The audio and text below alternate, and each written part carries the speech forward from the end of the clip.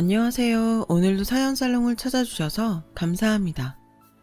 40대 중반 애청자 주부예요. 저희 친정과 시댁은 지역의 오래된 토박이에요. 인연이 깊었던 덕분에 친정 시댁 할 것 없이 우애가 참 좋죠. 남들이 보면 한 가족인가 싶을 만큼 교류도 많이 하고 화목하기 그지없어요. 지금은 이렇지만 과거에는 무척 복잡한 진통을 겪었던 시절도 있었답니다. 친정 아버지의 유산에 눈이 뒤집혀버린 시어머니가 말도 안 되는 폐악질을 부렸었거든요. 어떻게 된 이야기냐고요? 저와 남편은 국민학교 때부터 대학교까지 모든 동창회를 공유하는 사이예요. 한 동네에서 태어나 실혼치까지 같은 동네에서 쭉 살아온 데다 도보로 20분 안쪽에 유명 대학교까지 자리한 동네였던 덕분이에요. 저희 부부는 삶의 거의 모든 순간을 함께 나눈 소꿉친구이자 첫사랑이기도 하죠. 양가 집안이 지역의 오랜 토박이인 만큼 저를 포함한 친정 3남매와 시댁 형제들도 같은 학교 동창 사이예요. 대학이 같은 건 저희 부부밖에 없기는 하지만요. 다들 결혼한 지금도 같은 동네에 분가에 살고 있다는 것과 우연찮게도 부모 한쪽을 일찍이 여의었다는 점도 같아요. 친정 쪽에서는 친정 어머니가, 시댁 쪽에서는 시아버님께서 젊은 나이에 작고하셨어요. 그래서일까요? 양가는 서로 극명하게 다른 경제 상황을 가지고 있음에도 불구하고 오래 교류하며 가깝게 지내왔어요. 친정 아버지는 대학가에 목 좋은 고층 상가 여럿 가진 건물주였고 시어머니는 얼마 전에서야 월세에서 전세로 간신히 바꾸었을 만큼 어려운 상황이었죠. 그럼에도 누구 하나 있는 티내며 거들먹거리지 않고 누구 하나 없다는 이유로 기죽지 않으며 오손도손 정을 나누었죠. 저희 부부가 결혼한 뒤에는 양가가 함께 보내는 시간이 더 많아졌어요. 양가 모두 함께 수시로 외식을 나갔고 친정 아버지와 시어머니를 모시고 여행도 심심치 않게 다녀왔죠. 이런 배경을 모르는 사람들에게 종종 오해를 듣고는 했답니다. 아이고 새댁네는 참 보기가 좋네 아주. 비법 있으면 좀 알려줘 봐봐. 무슨 비법이요? 형제가 그렇게 많은데 어쩜 이렇게 오해들이 깊을 수가 있어 그래? 부모님 사이도 엄청 살가워 보이고. 죄송해서 어쩌죠? 저희는 기대하시는 그런 사이는 아닌데요. 친정 아버지랑 시어머니세요. 친형제랑 시형제 다들 사돈지간이고요. 어머나, 정말? 그럼요. 뭐하러 거짓말을 하겠어요. 하기사, 그건 그렇지. 듣고 보니까 더 부럽네. 시집살이도 없어 보이고. 시집살이 하나도 없었어요. 저는 친정에서도 친딸, 시댁에서도 친딸에 친누이나 다름없었거든요. 친정과 시댁을 한 가족으로 특히 친정아버지와 시어머니를 부부로 오해하는 시선도 양가 식구들 누구 하나 전혀 걱정하지 않았어요. 사돈지간이 한 가족으로 보일 만큼 돈독하다는 이야기일 뿐더러 저희 결혼 생활이 그만큼 평화롭다는 뜻이기도 하니까요. 그런데 양가가 아주 오래 쌓아올린 우애를 단번에 날려버릴 뻔한 사건이 벌어지고야 말았어요. 평소 건강하면 빠지지 않던 친정 아버지가 갑자기 돌아가시면서 사건이 시작되었습니다. 급성 심근경색. 워낙에 갑작스러웠던 일이었던 탓에 친정아버지는 유언 한마디 남기지 못했어요. 당연히 유산에 대한 교통정리도 되어 있지 않았죠. 저는 장례를 치르는 내내 사람들이 그렇게 야속할 수가 없더라고요.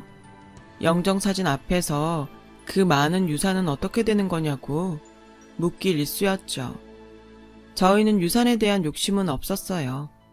친정아버지가 남긴 대학가 고층 상가는 셋, 형제 또한 3남매라 순리대로 하나씩 나눠 가지면 될 일이었고, 재산을 물려받는다기보다는 친정 아버지의 노력을 이어받는다는 생각이었으니까요.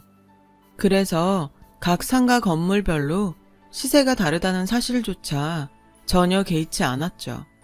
저희 삼남매의 생각은 확고했습니다. 상속은 순리대로, 조금 많다고 좋아 말고 적다고 서운해하지 말자. 그런데 불손한 생각을 품은 사람이 있었어요. 장례 내내 손님들과 술잔을 기울이며 생각에 잠겨있던 시어머니였죠. 시어머니는 발인을 마치기가 무섭게 폭탄 선언을 해버리더군요. 우리는 사랑이었다. 진심으로 서로를 아끼고 사랑했어. 네? 혹시나 색안경 끼고 업신여길까 싶어 진심부터 전하는 거야. 무슨 말씀이세요, 어머님? 색안경은 또 뭐고 사랑이란 진심은 또 뭔데요? 너희 친정아버지, 아니 그 남자와 나는 연인이었어. 여생을 함께 마치기로 깊게 약속한 사실혼 관계야. 시어머니의 뜬금없고 황당한 주장에 양가 식구들 모두 잠시 정적이 흘렀고 이내 그러려니 하는 미소를 지었어요. 여보, 가는 길에 맛집 있나 알아봐. 어머님 약주 기운이 아직 덜 가신 모양이셔. 좋은 해장국으로 속 좀 달래드려야겠네.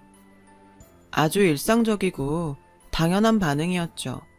시어머니는 평소 술을 무척이나 좋아했던 데다가 꽤 다양한 주사를 가지고 있었으니까요. 심지어 1일 연속극 애청자였어요. 전쟁이 나서 당장 피난을 가야 하는 일이 생기더라도 피난길에서조차 1일 연속극은 꼭 챙겨보고도 남을 만큼 대단한 애정이었죠. 그래서 저와 양가 형제들은 시어머니가 술김에 1일 연속극 이야기를 하는구나, 이번에는 막장 드라마 얘기구나 싶어 웃으며 넘겼습니다. 그런데 아니었던 거죠. 양가 식구들이 대수롭지 않게 여기거나 말거나 시어머니의 사실혼 관계 주장은 계속되었어요. 그 목표는 유언장 없이 정리되지 않은 친정아버지의 유산 때문이었어요. 시어머니의 주장과 요구는 간단했죠. 자식들이 모두 분가에 나가 살아서 몰랐을 뿐 친정아버지와 시어머니는 한 침대를 공유하는 사실혼 관계였다. 그러니 친정아버지의 사실상 부인인 나야말로 유산의 1순위 상속자이다. 물론 다 가져가겠다는 건 아니다. 고층 상가 건물 3채 중 2은 나에게 주고 나머지 하나를 너희 친정 형제끼리 나누어 가져라. 이거였어요. 사람이 너무 황당하니까 그냥 멍하더라고요. 말 그대로 지금 이게 꿈인가 생신가 싶었죠. 꿈이 아니더군요. 침까지 튀겨가며 사실혼을 주장하는 시어머니의 표정에는 너무도 절박한 진심이 담겨 있었어요. 그 사람 좋던 분이 친정아버지의 유산에 눈이 돌아버린 것이었죠. 급기야 우애 깊던 사돈지간의 인연을 연애와 사실혼의 증거로 조작까지 하려 들었고요. 얘, 이거 사진 좀 봐봐라. 누가 봐도 연인이지 않니? 말이 좀 되는 소리 좀 하세요. 어머니, 이건 양가 식구들 다 같이 여행 가서 찍은 거잖아요. 심지어 제가 직접 찍은 사진인데요. 모르는 소리는 네가 다 하고 있지. 늙은 노인네 둘이서만 나란히 서서 사진 한 장 찍기가 어디 쉽든? 다 마음이 있으니까 이렇게 찍은 거야. 보렴, 손등도 서로 살짝 닿은 것 같잖니? 닿긴 어디가 뭘 닿아요. 사과 2쪽은 들어갈 만큼 떨어져 있구만. 또 어느 날에는 이러더군요. 그 사람 돌침대 내가 직접 골라준 거 기억나니? 그 사람 아니고요. 사돈입니다. 사돈. 호칭이야. 붙이기 나름이고 그걸 왜 굳이 내가 골라줬겠니? 제발요. 그거 2분이 같이 산 거잖아요. 침대 바꿀 시기가 겹친 김에 친정아버지가 사돈댁에 선물하는 개념으로 2집에 각각 하나씩. 내 말은 그 선물이 왜 하필 침대냐는 거지. 왜? 2집을 오가면서 같이 자니까는. 어머니! 그 사람이 나 데리고 산부인과 다녀온 것도 그래. 여차하면 이세 생각도 할 만큼 진심이었어, 우리는. 억지로 역지 좀 마세요. 뻔한 거짓말도 그만하고요. 산부인과 그거 종합건강검진도 할 겸 겸사겸사 다녀온 거고, 그날 모셔드린 사람은 저잖아요. 친정아버지가 아니라. 부부 사이를 자식이 뭘 안다고? 우리끼리 다녀온 적 있어, 이거사. 좋아요. 좋습니다. 그럼 두 분이서 산모검사 받았다는 증거 대세요. 영수증이든 진단서든 당장 가서 재발급 받을 수 있으니까 어디 가져와 보시라고요. 제가 얼른 다녀오라며 택시비까지 쥐어주자 시어머니는 쭈뼛거리다 집으로 돌아가더군요. 그날 밤 남편이 굳게 닫힌 시댁 안방문을 향해서 괜한 독욕심으로 우애 좋은 양과 관계 해치려 들지 말라고 다그쳤지만 시어머니는 대꾸가 없었어요. 한숨과 함께 신혼집으로 돌아온 저와 남편은 같은 생각이었죠. 시어머니의 일탈이 더 커지기 전에 초장에 막아야 한다. 빼도 박도 못할 만큼 확실하게. 그렇게 저와 남편은 날이 밝기 무섭게 시어머니를 이끌고 변호사 사무실로 향했어요. 유산 상속 문제를 논의하는 척 사실혼 관계도 유산 상속이 되냐며 변호사에게 물었죠. 변호사는 저희 부부가 미리 공부해두었던 대답 그대로를 시어머니에게 들려주더군요. 유감입니다만 여사님, 두 어르신이 사실혼 관계를 아니고 떠나서 사실혼은 유산의 상속자가 될 수 없습니다. 며느리가 상담비 낸다고 편드는 건가요, 지금? 아무렴 늙은이라고 무식할까 봐서? 저 변호사입니다. 변호사로서 중립적으로 드리는 말씀이고요. 법? 뭔 놈의 법이 있다구야. 우리가 한 침대를 얼마나 썼는지 세상이 다 아는데. 진정하시고요. 대한민국은 법률혼주의를 채택하고 있기 때문에 혼인신고 없는 사실혼 관계는 법적으로 유산 상속이 되지를 않아요. 두 어르신이 사돈관계였던 만큼 혼인신고는 불가능했을 테고, 고인의 별도 유언장도 없는 상황인 이상 여사님께서는 상속을 받을 수가 없겠습니다. 솔직히 저와 남편은 속으로 쾌재를 불렀어요. 법적으로 완전 불가능하다는 사실이 전해진 이상 시어머니도 더는 해괴한 주장을 할 수 없을 것이라고 생각했거든요. 그런데 이번에도 역시나 아니더군요. 시애미를 데려다가 망신을 놔? 망신은 어머니 스스로 혼자 다 하고 있죠. 두 분이 그런 사이가 아니라는 거 양가 식구들이 뻔히 다 알고 1000만 번 양보해서 사실혼이 맞다고 쳐도 법적으로 안 된다잖아요, 상속이. 찢어놓아도 시원찮을 것들? 애라도 하나 떡하니 낳아두었어야 제대로 입증이라도 되었을 것을. 내 그걸 못한 것이 한이다, 한이야. 시어머니는 그로부터 며칠을 잠잠했어요. 들려오는 말에 따르면 나름대로 변호사 사무실을 여러 찾아다닌 모양이더라고요. 그래봤자 뭐한답니까? 없는 살림에 괜히 법률 상담비로 많은 돈이나 날릴 뿐이죠. 사실로는 유산 상속이 안 된다는 건 달라지지 않는데요. 물론 사실혼 관계도 전혀 아니지만요. 왜 그런 말이 있잖아요. 태풍이 몰아치기 직전의 하늘이 가장 고요하다고. 딱 그 꼴이었습니다. 갑작스럽게 양가 식구들을 모두 불러다 앉힌 시어머니가 종이 한 장을 꺼내 들더군요. 친정아버지와 시어머니의 도장이 찍힌 혼인신고서였어요. 접수는 하지 않은 채로 작성 일자는 친정아버지의 생전으로 되어 있더군요. 웃음이 나왔어요. 웃을 만한 상황이 전혀 아닌 것처럼 보일지 모르겠지만 저는 웃음을 참을 수 없었죠. 왜냐고요? 그걸 지금 증거라고 가져온 거예요? 왜? 접수를 안 해서 무효라고 할 참이냐? 접수가 안 된 것도 안 된 건데요. 가볍게 넘기지 말거라. 너희가 부부이고 우리가 사돈이기에 접수만 하지 못했을 뿐이야. 접수만 못했을 뿐이라고요? 지금 그것만 웃긴 줄 아세요? 웃지 말라니까는. 안 그래도 그 사람 생전에 너희 부부 이혼시키고 다 하려고 했어. 하객들 모셔다가 식도 올리고 혼인신고도 접수하고. 와, 나 진짜 거짓말을 하려면 똑바로나 해보세요 좀. 저희 친정아버지 말년에 소일거리 삼아서 노인회관 한문 강의나가던 분이거든요. 그런 친정아버지가 혼인신고서에 본인 이름 한문을 틀리게 쓸 리가 없잖아요. 진짜로 그랬어요. 친정아버지 이름의 한문 중 하나가 틀리게 들어가 있더라고요. 얘기를 더 들으나 마나 가짜 혼인신고서였죠.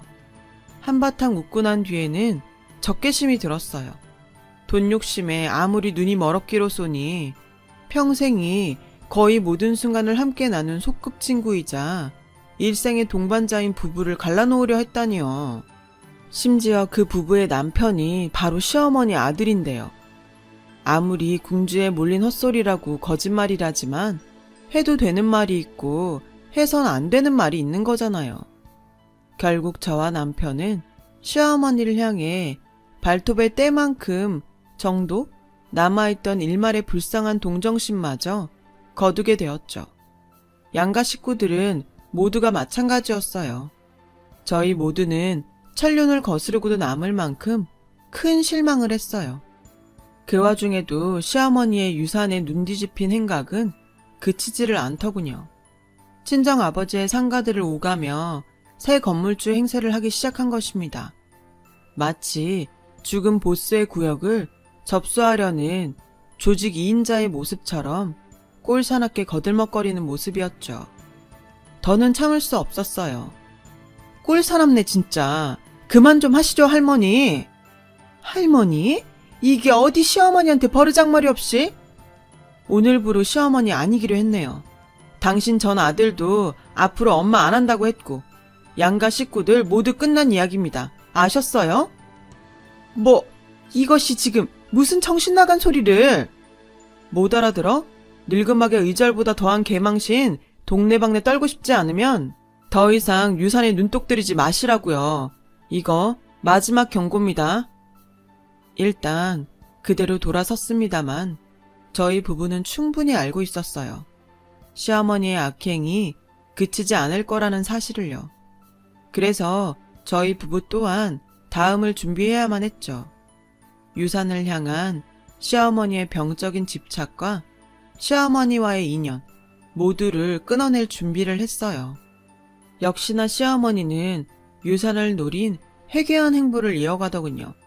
사실혼 주장은 법적으로 원천 차단당했고 가짜 혼인신고서에 저희 부부를 이혼시키고 결혼하려 했다는 주장 또한 거짓임이 분명해진 상황이었거든요. 시어머니가 노릴 것이라고는 인정에 호소하는 것뿐이었고 역시나 그대로를 행했어요. 웃 어른에게 이러는 거 아니다. 법보다는 사람이 먼저이니 양보해라. 나도 상가 건물 한 채 받는 선에서 양보하겠다.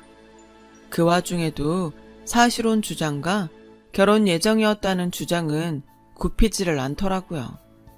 친정 아버지의 부인이자 저희 엄마가 될 예정이었던 자신에게 이러면 안 되는 거라나 뭐라나. 그래서 어떻게 했냐고요? 쿨하게 씹었죠 뭐. 들어봤자 시간이나 아까울 소리였으니까요.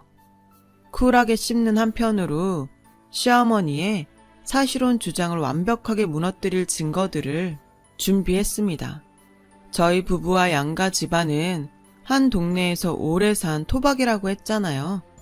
그 장점을 이용해 이웃들에게 돌아다니며 동네 사람들의 증언을 확보했죠.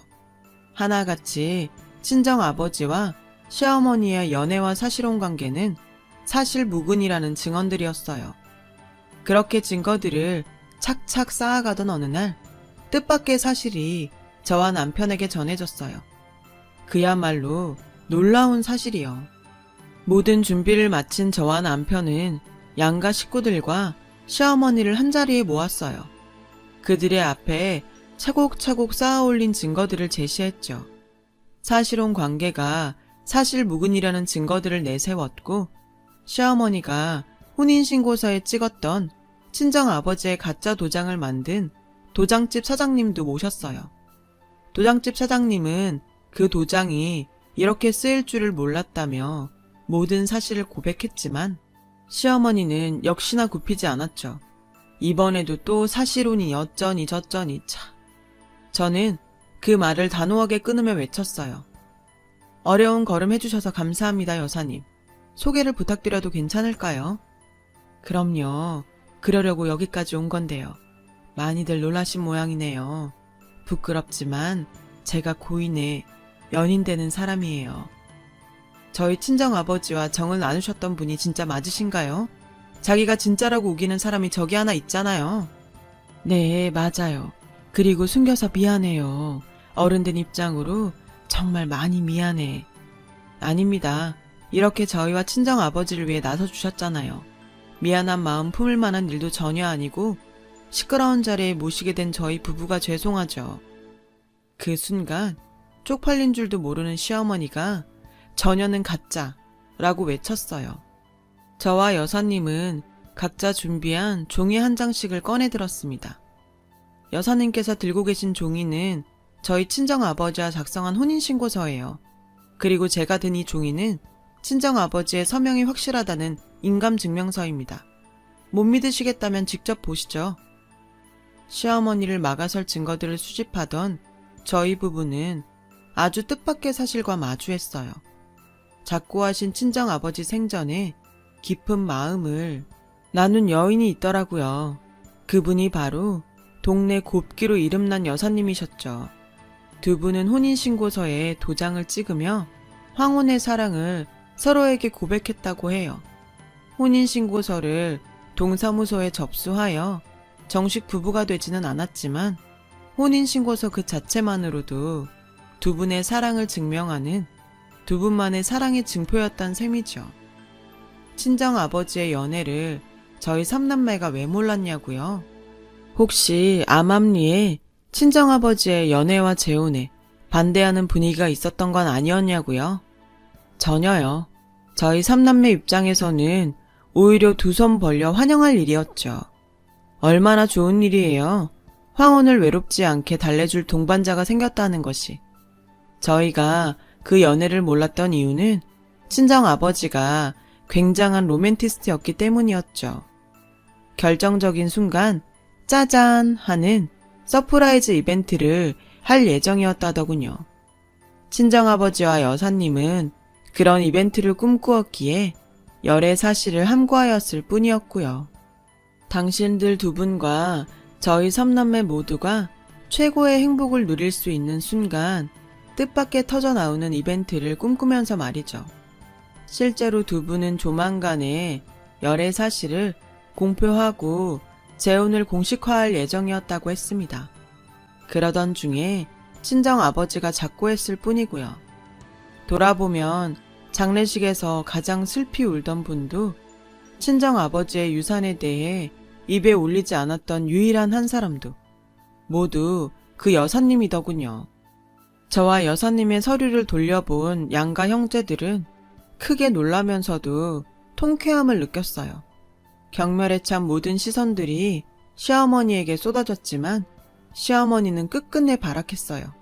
썩을 것들, 간장에 푹 졸여 씹어먹어도 시원찮을 것들. 이건 다 모함이야. 다 가짜라고. 굳이 험한 말 입에 올리지 않을게요. 아니, 올릴 가치도 없다고 해야 맞겠지. 그쪽에 했던 말과 행동이 거짓이고 우리가 진짜라는 증거들이 버젓이 있는데 모함? 가짜? 쪽팔린 줄도 모르고. 누구 맘대로 니들이 진짜래? 누구 맘대로? 다 보이잖아. 사람들이 그쪽을 어떻게 쳐다보는지 모르겠어? 당신은 돈에 미쳐 천룡까지 버리려 드는 벌레라고. 아니야, 내가 그 남자 애인이야. 애도 낳으려 했고 밤마다 한 침대 썼다니까는. 그 남자가 힘이 얼마나 장사였는데. 그래? 혹시 몰라서 친정 아빠네 집 현관 CCTV 영상 가져왔는데 한번 볼까요? 진짜로 그쪽이 밤마다 친정 아버지 방으로 기어 들어왔는지 아닌지? 여기서 더 망신당하고 싶으면 말만 해봐요 어디. 얼마든지 까줄 테니까. 3년치 CCTV. 시어머니는 기죽은 눈빛으로 잠시 주변을 둘러보았어요. 그제야 자신을 향한 경멸에 찬 시선을 확인했던 모양이죠. 또 그제야 쪽팔림이 한꺼번에 훅 몰려왔던 모양이고요. 시어머니는 모두의 지탄 섞인 고함을 들어가며 주랭랑을 치고야 말았어요. 어찌나 급했던지 신발 두 쪽 다 남겨놓은 채로요. 저는 그분에게 말했어요. 가긴 어딜 가. 남은 거 다 토해내고 가야지. 뭐? 당신 살고 있는 전셋집 그거 친정아빠 명의더라. 내가 상속받을 거니까 그거 내놓고 가라고요. 하다 별꼴이 진짜. 저기 있자니 며느라, 꼭 그렇게까지 해야 속이 시원하겠어? 네, 꼭 그렇게까지 해야 속이 시원하겠네요. 어차피 전세 계약도 지난달에 끝났더만. 친정아빠가 그쪽에 사돈이랍시고 공짜로 살게 해줬던 거고. 알아? 그렇게 좋은 사돈, 그렇게 우애 깊던 가족, 그거 다 그쪽에 져버린 거야. 돈에 미쳐가지고. 그러지 말고 한 번만 기회를 어떻게. 안 돼. 봐줄 생각 없어. 다 내놓고 조용히 가셔. 더 큰 망신살 법원까지 가서 치르기 싫으면. 그렇게 모든 주장을 반박당하고 악행까지 모두 까발려진 그분은 전셋집에서마저 쫓겨났고 결국엔 고향에 있다는 친오빠 집에 얹혀 사는 신세가 되었어요.